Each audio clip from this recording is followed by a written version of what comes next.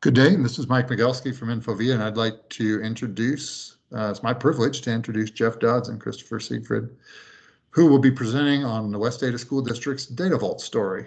Now, this is being recorded for the Worldwide Data Vault Consortium, which takes place this year, May 17th through 21st, and will be streamed from Vermont, where the conference is usually held, but it's being held virtually this year. So, without further ado, Jeff Dodds from the West Ada School District and Christopher Siegfried, who recently joined Infovia, but also has been working with the West Ada School District for some time as an employee and now as a consultant.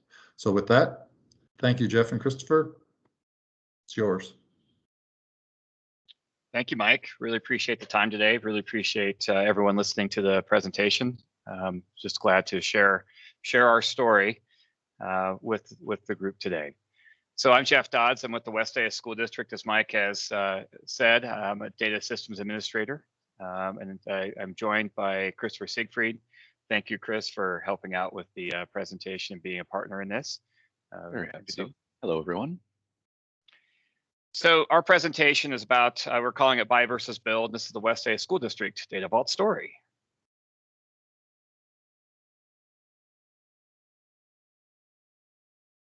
So the learning topics for today, we're going to not only talk about our story, but want to give this group an understanding of the lessons learned from implementing Data Vault. Also want to talk a little bit about the advantages of data modeling over other types of warehouse architecture that we had. This is our third version of the data warehouse. And so we've gone through a couple of iterations, which we'll talk about. And so we're, it's some of those growing and some of those other, that connective tissue you make with data warehousing. And finally figuring out which is the best fit. So why did we go with the Data Vault model? So our story, West Ada, is interesting. We are the lowest funded school district in the United States with student enrollments over 10,000. And so there's a little graphic that shows that. And why do we use 10,000? Under 10,000, generally we have school districts that just to operate need more money, just economies of scale. 10,000 sort of that line. So basically, as far as large as we are pretty much the poorest school district in the country. And so with the analytic here, we can see that I have displayed a Power BI analytic I put together. We have school districts in New York, which is about 27,000 per student. And in West Ada, we're just under $7,000 per student. So that does sound, that is sad. And I think one of the things that we go with our story is, interestingly enough, the K-12 education. I have a couple of quotes about the market and how it's being, how it's changing in the education sector. The global education sector is projected to grow almost fourfold from about 11 billion today to about 45 billion by 2026. And the demand for K-12 technology is huge. It's just growing at a point that's just, it's a very, very hot market right now. And one of the things that we're seeing along with that is that teachers we learned are good targets, are really great targets, because they're seeing a lot of technology in their school district. They're seeing a lot of pressure for technology to be grown in their districts. And so with that, they actually are being targeted by software companies to try out their software. And so that's interesting. And so we can see what our story is, that the industry really lends itself to people to buy software. Buy. And school districts I think, have pressure from their teachers to buy software. And so that's the one side of the scale. So our story is that, most educational companies under that, knowing that they provide services and software, it's a fairly significant charge, which can range anywhere from $3 to $9 per student. So based on our enrollment, West Ada would have to spend anywhere from about $120,000 to about $400,000 for any software solution. And a few there, I list examples of some of the enterprise software solutions we look at are a student information system, an ERP, a learning management solution. Then we have some specialty things that cost money, the special ed services, transportation, library services. The list just grows. So this model, the student per pupil charge or per student charge really does not lend itself well to a district of our size. And then also not a district of our size, but district doesn't have very little money to spend on these type of services. And to add to that, oftentimes when you buy these enterprise services, you only need a certain part of the software to actually solve the need for the district. And software companies, moreover, are designing their features to be more encompassing of making it more that kitchen sink type of style of software. And so what happens to that is that instead of needing the Titanic, oftentimes all we need is the canoe, but software companies are increasing their functionality to the point where they're beyond the core service level. And then what happens is they pass these development costs on to their customers. So we can start to see that we're seeing these costs being very high for services that we really don't need, but we're limited on our selections and our opportunities and our choice. We're kind of in a position where you have to spend the dollars for some of these services.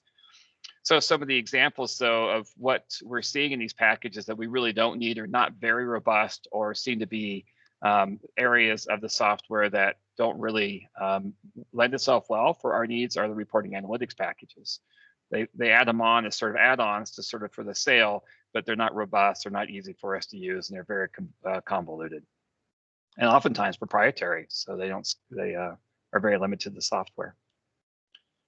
So our story, buy versus build. So we started to naturally gravitate towards a build rather than buy philosophy. And so when you don't have money and you see these solutions that would help you, but you can't purchase those software solutions, you get rather creative in your methodologies and some of the ways that you start to look at things in a different way. And that's what happened with West Data. We said, well, wait a minute, what about if we start to build some of these solutions, the canoe, and not have to worry about the Titanic?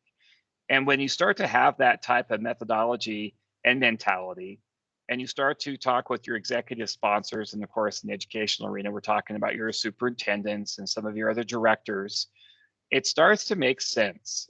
And then you start to ask yourself about maybe if instead of buying a software for $300,000, maybe we actually invest in maybe some people and actually bring developers in-house to start looking at a build solution rather than buy. So the development environments we're finding in this, guys, were actually more robust and easier to use. In the last, I would say, 5 years, we're seeing quite a transition over to software solutions that are far easier to use out of the gates, are more robust in their feature offerings. And then we're finding out that such things as like the low code and BI analytics and data modeling automation are just absolutely superior to maybe what we could buy from a off-the-shelf buy product. So the story is that West Data now is leveraging these development platforms to create their own custom solution. And West Data can literally purchase these development platforms at the academic pricing level. So we're not locked into the per student pricing model.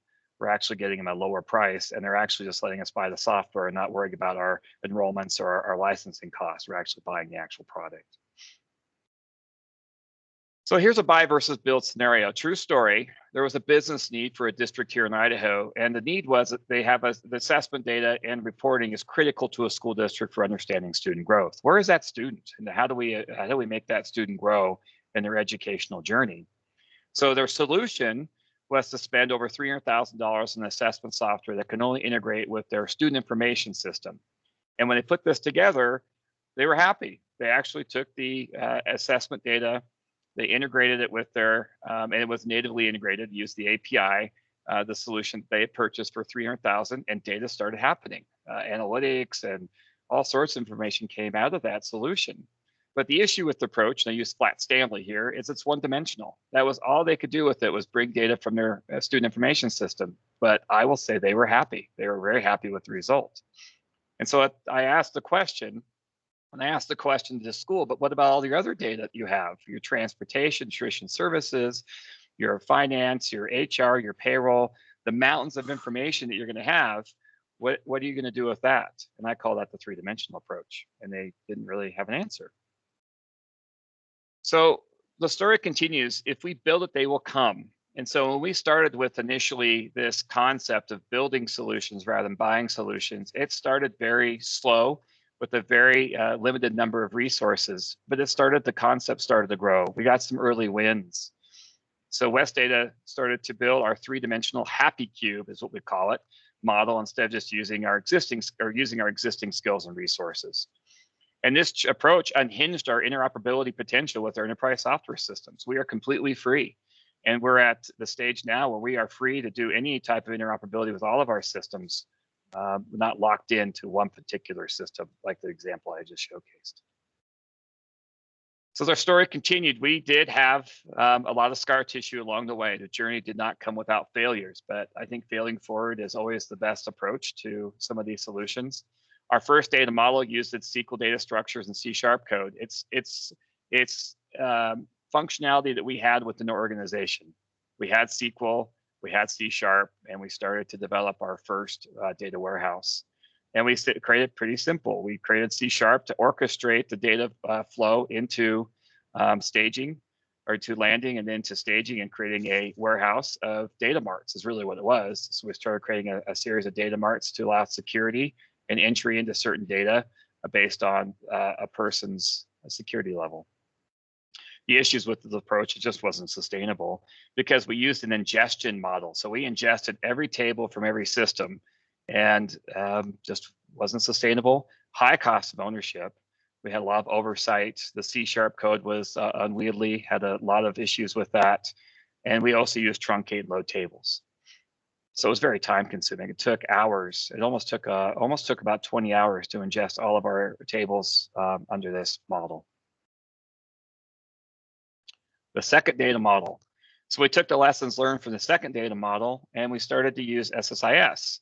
And then we only targeted tables in a needs-based scenario instead of an ingestion-based. So we'd actually find out what is the business need for the data. We would focus on that need and started to build a more robust model where we had temporal, which was introduced, I believe, in SQL in 2016, and started using that. Instead of now doing truncate loads, we used temporal to tell us where the change data was actually happening. So the improvements on this was we built on the SSIS template standard. And so we'd actually use standard templates in our SSIS development to stamp out and to process the information coming from our systems into the warehouse. We did engage Microsoft and consultants. I have to say this community was very helpful. I was actively involved with this community, asked questions, actually made some site visits. And so I have to really say I appreciate this community. We implemented temporal and DQS. So we actually put data quality into this model. But it still had some issues. And as we started to look at this model, we had three main issues. Our velocity was low. It would take weeks to bring in new data into the system. And so as we started to get a realization from our organization about the benefits of a warehouse and what it can actually do, the potential, we started getting more and more requests for more data to come into the warehouse. And our velocity was just low. Nothing to the team, and it just was how SSIS and trying to make sure we get the data structures correct and make sure they're into our practice and we bring them to landing. It takes time to do the transformations and get everything arranged correctly. It just takes time. Our sustainability was not, I would say, great.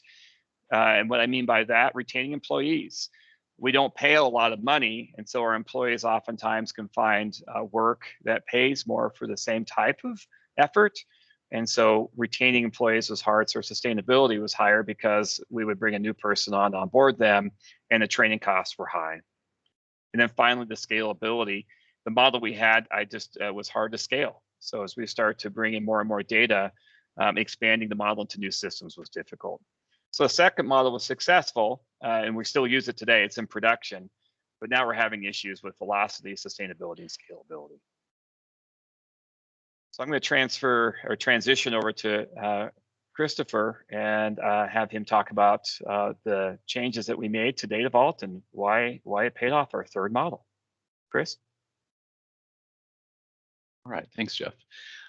Yeah, so I was presented with these issues from Jeff, and he said, hey, we got to solve this. This is a problem. And it seemed like a pretty big ask, right? We need to increase all three of these while accounting for our staff skill level and trying to lower it. And with our second model, the one he said is still in production, it worked very well. It was a dimensional model though. So we did a lot of pulling in the data and a lot of transformations, and eventually we made it this very smooth presentation layer. So everything was nice and put together and organized, but it was complicated. Trying to follow that information back was a big issue because of all the transformations. It was a it is a serial process because everything depends on surrogate keys of something else. So if one part of the model fails or you think there might be an error, we had to stop the entire thing, get that figured out, and then we can continue with the load. Because of the complexity involved, you needed someone who was very good with not only SQL, but SSIS and had a good grasp on the existing model. Finally, as far as scalability, if you have a dimensional model that very nicely fits all the data you have currently together, that's great. But when you go to add more data to that dimensional model, that's a conversation. You need to figure out where it fits within the current dimensions, if you need to have a new dimension. And so that requires either a team, if you somehow manage that, or a single person with a very clear goal on how they want it organized. Because if you just start adding things, it's going to get very murky and soon nothing really makes sense and you just kind of have the data swamp that everyone tries to avoid.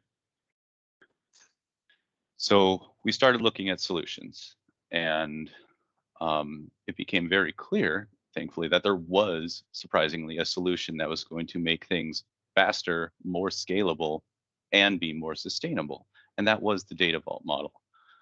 We looked at some other ensemble solutions like Anchor and Focal Point, but we found that Data Vault has been around so long and it has a lot of community support and there's a lot of experience behind it that we felt much more comfortable moving forward with it. So the immediate benefits, like when we started doing this, we found a lot of these things. Our velocity went way up because with Data Vault, instead of, as opposed to our dimensional model where everything is carefully curated and you have to really spend a lot of time on each piece of data coming in, Data Vault says, hey, this is just a pattern based. It's hub and spoke. So give me the core idea, that's your hub. There's one hub, any other core ideas, make the rest of the hubs, link them up, drop your descriptive data on satellites, and you're good. So this made the actual scalability of the warehouse much faster. We could add parts to the warehouse without worrying about everything that used to exist. In fact, it's even easier with this data vault model, because if you have a hub for an existing concept already and you're bringing in another data source, odds are it's going to be using some of those sources again. So part of your model is already existing and you're just adding on to it. Whereas with the dimensional model, it was usually a conflict because you had different grains and maybe this was special education, maybe it was student, or maybe we need a whole new model. So it eliminated that issue for scalability. All of a sudden we had the ability to bring in disparate data sources and get them all together very nicely.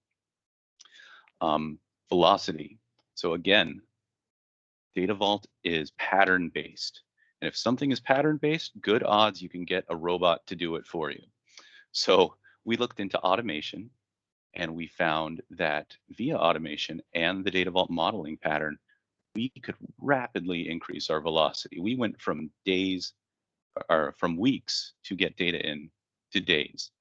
To get a single, like one table into our dimensional model, it took 3 separate SQL Server integration system packages, took 40 different SSIS objects, 8 tables, and around 25 SQL scripts.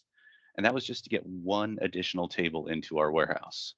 With the Data Vault model, and specifically with the automation we use, it requires an hour, maybe a little more if your testing is robust. It's much faster. And that just gets exponentially true as you add entire source systems and not just a single table. One of the interesting benefits that we really appreciated was that when using the Data Vault models, there's a standard, right? You go around and you talk to your business people And you say, hi, I'm on the data team. And they say, I know, what are you doing here? And you say, I need to know what you do and how you talk about it.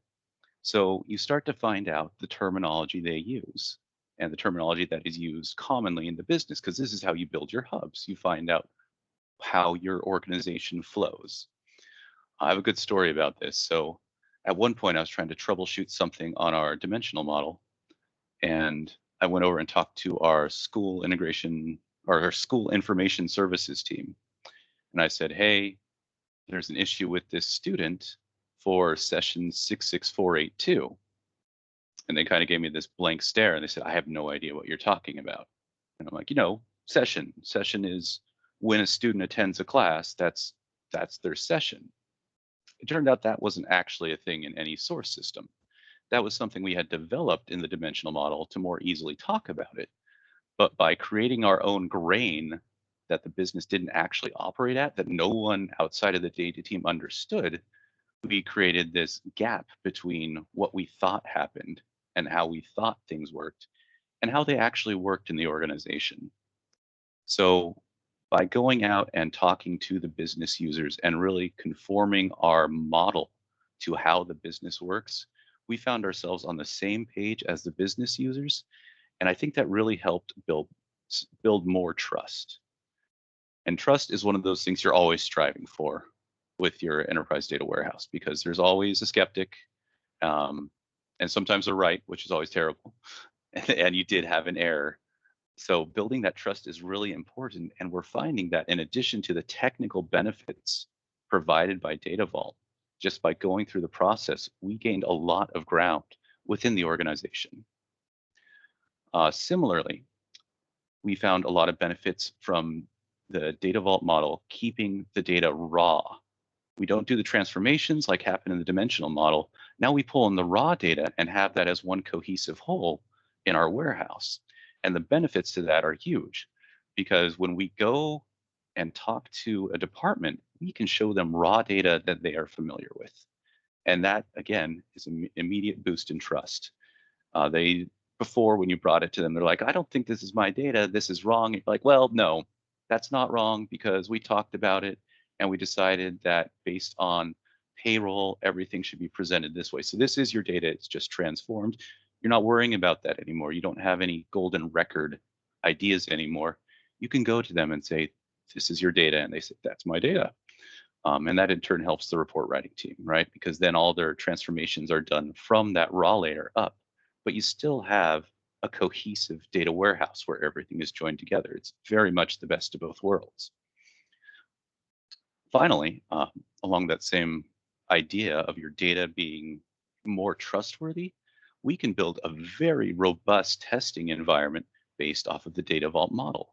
Because we're dealing with raw data and keeping transformations very minimal, just hard rules that we can undo if we need to, what we can do is we can take the Data Vault objects we end up with and rebuild them into the same format as the original table.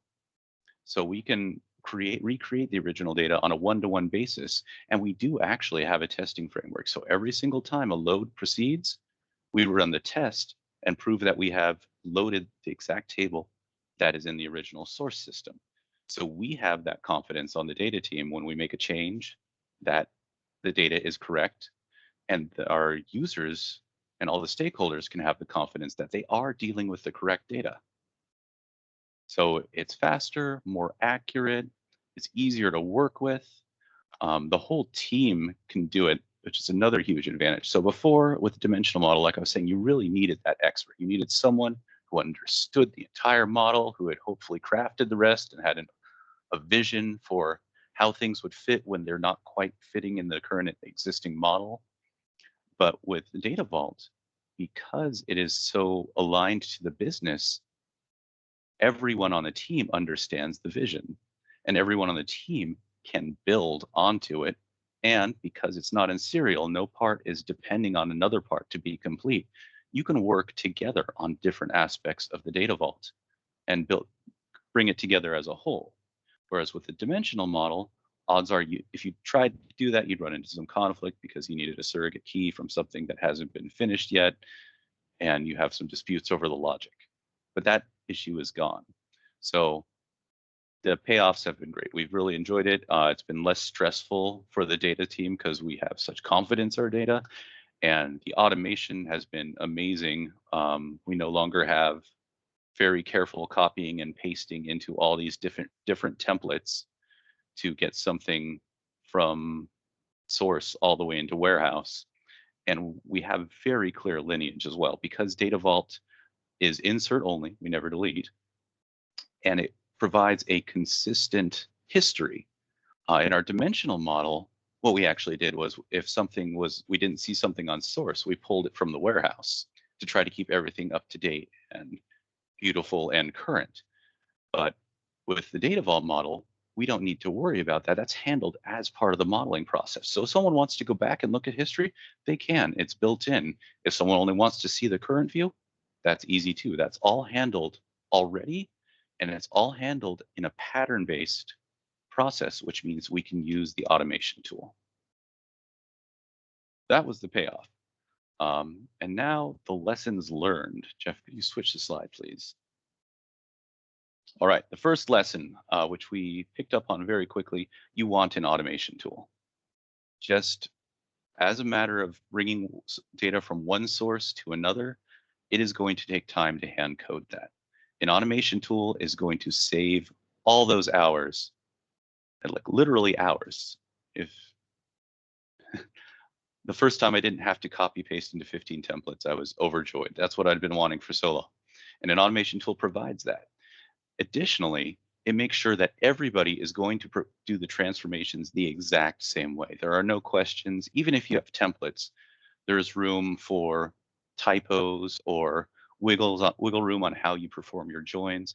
An automation tool is going to give you the advantage of being a lot faster and making sure it's done the same way every time. We eventually went with Warescape and their 3D module explicitly, because it's a GUI. So it's this graphic interface where you can drag tables and then assign them different types, and it builds out your hubs and your satellites and your links. So it is very fast, and it does it the same way every time. And I could not picture doing a Data Vault without an automation tool. It just bridges the gap between all those terrible templates and the copy pasting and increases your velocity. We decided not to build an automation tool ourselves. We thought we had enough going on, and that was complexity we did not want to add. So we did purchase one, and we have been glad we did. Next slide, please. Thank you. A whole system is very hard to do. One entire source system, it feels very monotonous to go after, and it feels like a lot. The first system we added into our Data Vault was our resource system that tracked student books, and it tracked all of our electronic devices, and there's more and more added to it every day. And we started with, okay, let's pull all of this in. And that was not the best approach. That felt very overwhelming, and we generated a lot of errors very quickly. What was much easier was, instead of looking at the whole thing as one big source and saying, let's get it all, is we said, hey, Data Vault can be built in parts. Let's take one aspect, one workflow, and let's pull that in, and let's keep going. So first we started with students, and we said, hey, let's build the workflow, or let's pull in all the data we need. Let's model our students and our students getting books. And that was our first model. That was the start of it. And that went very well, and we built up the testing framework. And then we said, okay, we got that. What else do we need? And when you do it business process by business process, it feels very organic. We got the books. Then we said, okay, we track books to the classes they're assigned to. That felt great because we already had the books hub. So we just added the classes hub. Then we had to track what teachers have checked out for their classes. Well, we already have classes and books. So we'll just tack on the teachers hub. And it all grows together very organically. And the parts are usable as you go. So for instance, we built what we thought we needed from the Destiny model and had moved on. And it turned out someone wanted to know a specific aspect of books being checked out to a classroom. We just went back and built that on. And it was no big deal. Someone on the team did that. And they just spun up the model, added their pieces, and added the testing framework, and we went along. So piece by piece, workflow by workflow, don't try to model the entire thing at once. Next slide, please, Jeff. Testing. This is a little bit of a soapbox for me. Testing is so vital. I know people say that, and it's true, but it is very true with Data Vault. Testing ensures if you make this process where you take your Data Vault objects and you recreate your source tables, you have shown beyond question that you have done the job. You have taken the data from one place and put it in another. So you've proven your model works. There's no stress about something being developed incorrectly. If the schema changes, you will get an error. If there was an assumption that was wrong, you won't be able to recreate those original tables. So you will know that something has happened. Which brings me to the next part. Never stop testing. Like I said, for every single load that is performed, we do a test immediately after. We didn't start that way. We started just testing every once in a while, but we found out that the testing is vital, and it's vital to do it every time because strange things happen. Even when our model was right, sometimes we found out that the source system didn't behave like we expected it to. Turns out there were duplicates where nobody thought there were duplicates. There is lingering data where no one thought there was lingering data. Sometimes a source system deletes information in a way where you wouldn't expect, and a whole student record is completely eliminated as though it never existed. And you have to adjust your model to make sure that that is captured, which it should be inherently, but also that you can still accurately represent the most current information. Effectivity satellites, you'll need those everywhere. But yes, testing is vital. It provides amazing insights into your data. Just every time a problem pops up from what you thought was a perfect model, you really learn a lot between what is happening in your source system, as well as what's going on in the business process itself. You probably have a lot more free-form entry fields than you thought you did for one. All right, next one. When you are loading source data, we were really excited about change data capture. And we thought this is great. We'll only pull in anything that's changed. And that way our loads will be super fast. And that's all true. But that is a level of complexity added to your model. So what we found that worked very well is we went ahead and started with full load. So we do a full load of our systems every time. We load all of our resource management system every time. We load all of our student information system. We load our whole payroll system every single time we do that load. And we found out something interesting. Using the Data Vault model, which is insert only and really minimal transformations, those full loads happen very quickly. So our resource system, for instance, we can load that entire system and update the Data Vault in about 8 minutes. And then add another, I don't know, 10, that's probably more than we need, but 10 for testing. So in theory, we could reload that model multiple times per hour doing a full load.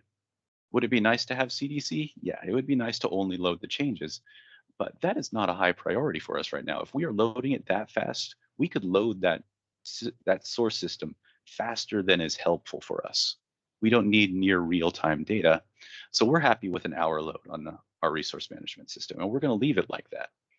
Eventually, we'll come back around and use CDC and really get that patterned in, but we have some new source systems we want to add first, so full loads are fine. Where we do find CDC helpful is your effectivity satellites. Full loads, we're going to switch over to using CDC at some point. And because of that, it's helpful to start with effectivity satellites and making sure you track when relationships have ended. So you can mark that on the link and say, this relationship is no longer valid. Or on hubs, when you can say this record no longer exists. And you're going to need those to be able to make sure you're presenting the most current information to the user anyway. But if you start using CDC just on those tables, it'll give you a good start to the transition. We've really thought that was a good way to get our feet wet with CDC without being overwhelmed by trying to do it from the start. Our student information system table, our student information system source also has 13 years or something crazy of student attendance data. So we decided we did not want to load that every single time if we could avoid it. So that's another case where we decided CDC was worth looking at pretty quickly. And next slide, please. Start using your data vault.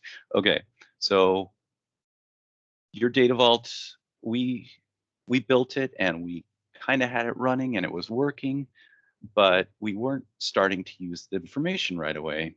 And then after a little while, we realized, well, why aren't we? We built one workflow from our resource system that tagged students to the devices they owned from Destiny. And we didn't have that information in our dimensional warehouse. So our data vault was not really robust at that point, but it did have that information. So what we did was we said, well, we have it. Let's not rebuild information in our old warehouse. So we just did a view into our data vault, and we combined that rich student information we had with their demographics and their parent contacts and all that information that we already had in the dimensional model. And we combined that with our tested and validated new information in our data vault. And as we've gone forward, that's been very convenient. If we need new information, put in the data vault. It's way faster, and the view to the original warehouse isn't a big deal. So as you start building your data vault, especially if you're looking to replace your original model, we have found that it doesn't hurt to use them together. We are planning to run them concurrently till everyone is very happy, that is very comfortable, I should say, with the switch to the data vault. But we've seen a lot of benefits from using it immediately and from meeting these new data requests with the much faster process in the data vault, rather than waiting and saying, it's not ready. It's not ready. We don't have everything in there. If you can get a data process, run that through and prove that it's good, that's great data use. There's no harm in going for it right away. And that way you start building that culture in your team as well. And we all kind of got on the mindset, put it in data vault. Why add it in the old warehouse? Let's put it in data vault. Let's get used to the idea. And next slide, please. Communicate. All right, this is kind of general, but it's true on both a team level, a data team level, and within the organization. On the data team level, it's really important, we found, to bring in our junior members, even if they're brand new to the team, and start talking to them about these concepts. Now, odds are they're not going to be familiar with the idea of the data vault, but after you explain 3 core objects, hubs, sats, and links, they're able to start discussing it. They're able to look at the models, and you can bring them into review sessions and start getting their input, because data vault is pattern-based and it's very simple. And the more we talked about that in our whole team, the better off we were. Our DBA talks about it. Our junior members talk about it. It's common terminology. Even the reporting and analytics team is starting to get a feel for how this will work. We've introduced the system to them. They have an idea for what's going on. Outside of the data team, we've also talked to, like I said, the people who are actually doing the work. When we talk to them and we ask them how this works, how do teacher credentials work? What do you talk about? What do you call them? And then we go and we build that model. We can come back to those teachers and say, hey, this is what I think we said. And it's a really powerful trust building tool we found, to be able to talk to them and say, is this right? And that builds some ownership too. So they feel rightfully that they have contributed to the data warehouse. And so we're making ourselves less of, the data team that sits over there, and more part of the greater whole. And I think that has been really valuable. And it's one of the, I would say, understated benefits of Data Vault, because there are so many hard technical benefits to what it can do. But its approach and focusing on the organization model and the organization processes has been immensely valuable for West Data and our team.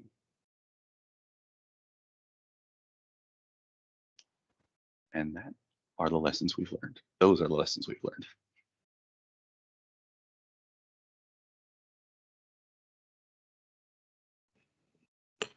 All right, thank you, Christopher and Jeff. Any follow-up, Jeff, to those comments? Do you have any closing comments?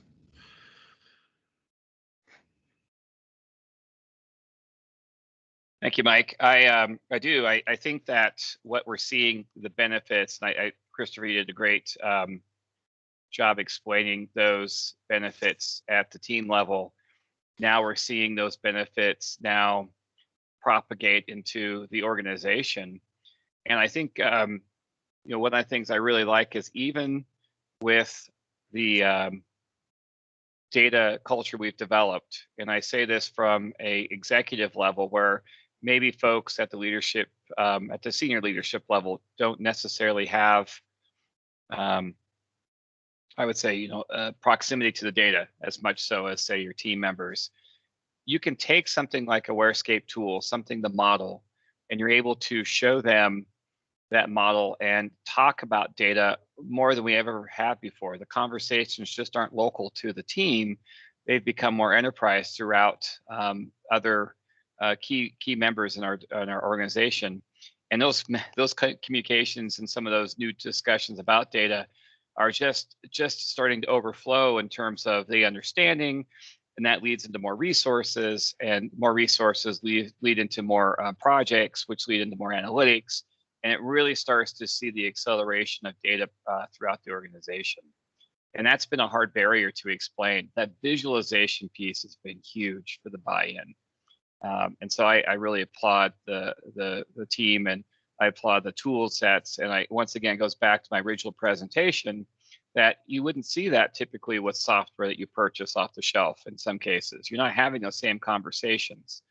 It's just they don't have the visualization pieces and have that proximity to their data, the ownership piece. So I really think that has really helped us to where we are today, and we're set up for success now. It's helped with our governance.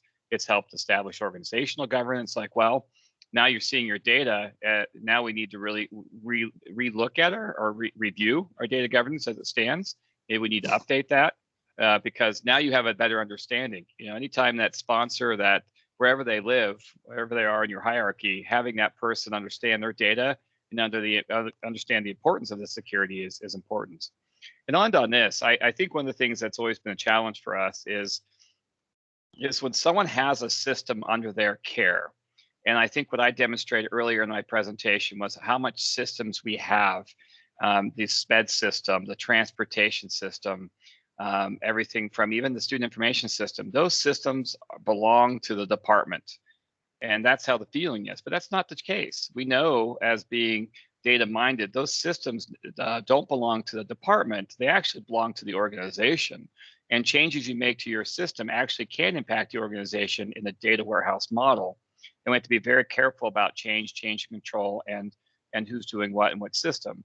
And I think what Data Vault has done, the tools and the modeling and the data stewardship, has showcased that you make a change here, you actually will make a change to this other information, which will actually impact the organization. And we need to be mindful of our changes and making sure we record those and make sure that we're aware of those changes so it doesn't impact the organization. So if anything, I think I'd end on the fact that we become more of a data culture with the fact that we're using Data Vault in our modeling techniques. Thank you, Mike.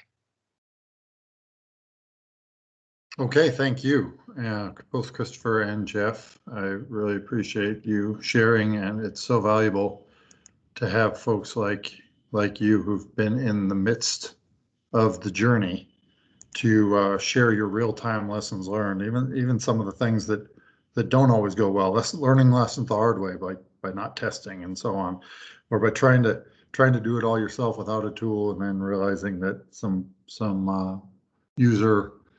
developer optimization or efficiency tools can really pay off, especially when you have trouble finding the right talent, the depth of talent in the talent pool, or the ability to buy a whole team of skilled data architects and engineers can be a real challenge. And there are options out there to help bolster a team. whether it be through consulting or whether it be through efficiency tools or some combination thereof. Well, hey, I'm going to stop the recording, and just as I end, I just want to say thank you to Christopher and Jeff one more time for sharing with us today. And this concludes the recording.